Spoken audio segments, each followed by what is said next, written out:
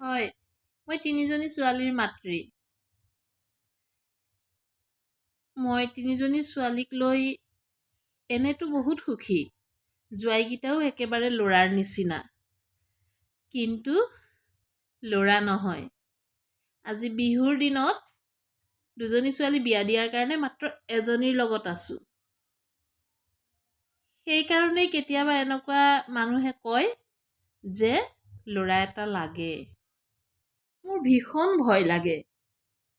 সেই যে সিহঁতৰ ঘৰৰ ল'ৰাটোৱে যেতিয়া কিবা নাকত লৈ শুঙি থাকে, তেতিয়া ভাবোঁ এই নাকত লৈ শুঙি থকা সেই ল'ৰাটোৱে দেখোন মা দেউতাৰ কথা নুশুনে। তেতিয়াহ'লে দেখোন সেই ল'ৰাটোতকৈ মোৰ ছোৱালী তিনিজনীয়ে বহুত ভাল। মই চিন্তাত পৰোঁ। ভাবোঁ সেই মাধৱৰ মাকৰ কথা। মাধৱৰ মাকে ৰজাৰ দৰে সুখত, ৰাণীৰ দৰে সুখত আছে। পিতৃ মাতৃক ৰজা ৰাণীৰ দৰে ৰাখিছে। মাত্ৰ এটাই ল'ৰা।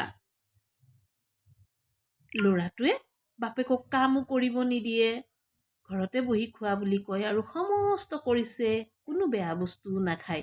তেনেকুৱা ল'ৰাবিলাক দেখিলে ভাবোঁ সঁচাকে ছোৱালী তিনিজনী হৈছে ঠিকে আছে, কিন্তু ল'ৰা এটা লাগিছিলে সেই মাধৱৰ নিচিনা। ছোৱালী তিনিজনীৰ মাক বুলি মই অলপো দুখ নাই।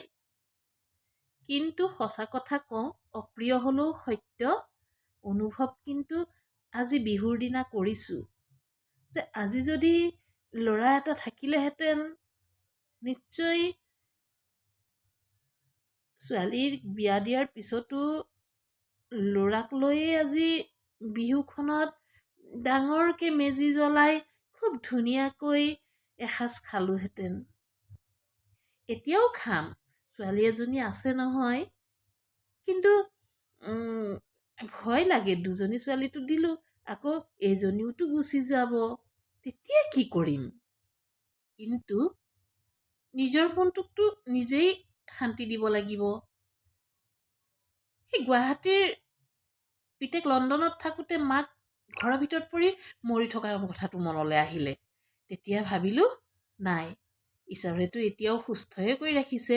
মানুহটো আজি আছে কালি নাই, কোন কেতিয়া মৃত্যু হ'ব তাৰো ঠিক নাই। তো ল'ৰা কৰি কিয় এনে হাবাথুৰি খাম?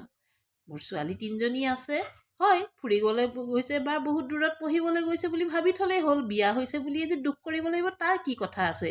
গতিকে আই এম হেপ্পী। কিন্তু আজি লগত নাই কাৰণে অকণমান দুখ হৈছিলে। এতিয়া ভাবি লৈছোঁ সিহঁতিতো ভাল জেগাত ছেফটিকে আছে আৰু সিহঁতিতো ভালকৈ পঢ়িবলৈ গৈছে বুলি মই ভাবি ল'লেই হ'ল। সময়ত বৃদ্ধকালত আৰু যেতিয়া মোৰ বিপদ হ'ব তেতিয়া নিশ্চয় প্ৰভুৱে মোক ছোৱালী তিনিজনী দিছে যেতিয়া কিবা এটা ভাল কৰিবই। এইখিনি শান্তি লৈ এতিয়া ভাবিলোঁ নাই, মোৰ ছোৱালী তিনিজনী লৈয়ে মই সুখী আৰু সিহঁতৰ সদায় মংগল কামনা কৰোঁ, যাতে সিহঁতি ভাল মানুহ হয়, মোৰ সন্মুখত যেন সদায় উন্নতিৰ জখলাত ভক্তিৰ পথেৰে আগবাঢ়ি যাব পাৰে। তাকে ভাবি পেলাই মই ভাবিলোঁ মই এজনী সুখী মাতৃ। মই ছোৱালীৰ মাতৃ হৈ অকণো দুখ অনুভৱ কৰা নাই। ভাবা চিন্তাবিলাক কেনেকুৱা লাগিলে? যদি মোৰ এই ভাবা চিন্তাবিলাক শুনি অলপ ভাল লাগিলে, তেন্তে মোৰ এই ইউটিউব চেনেলটো ছাবস্ক্ৰাইব কৰি দিব। মই আপোনালোকৰ মাজলৈ নতুনকৈ আহিছোঁ। নতুন নতুন চিন্তাধাৰাবিলাক মোৰ মনলৈ আহিলে আপোনালোকক ভাল ভাল চিন্তাধাৰাবিলাক শ্বেয়াৰ কৰিম। ধন্যবাদ। আপোনালোকেও মোক আপোনালোকৰ লগৰীয়া কৰক এটি সৰু ছাবস্ক্ৰাইব কৰি পেলাই। ধন্যবাদ।